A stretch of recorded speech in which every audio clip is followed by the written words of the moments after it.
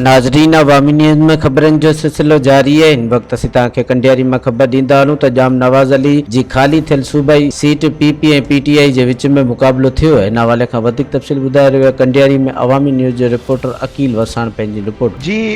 कंडियारी जे चइनी पोलिंग स्टेशननि जो नतीजो अची वियो। 1822 पाकिस्तान पीपल्स पार्टीअ जे उम्मीदवार शबीर अली ख़ान ऐं पीटीआई जे मुश्ताक जूण जो 37 वोट खयां ऐं इन सूरत हाल में 1822 पाकिस्तान पीपल्स पार्टीअ जो नवाबज़ादा जाम शबीर अली ख़ान वोट खणी कंडियारी मां वॾी अक्सरियत सां कामयाब थियो। जॾहिं त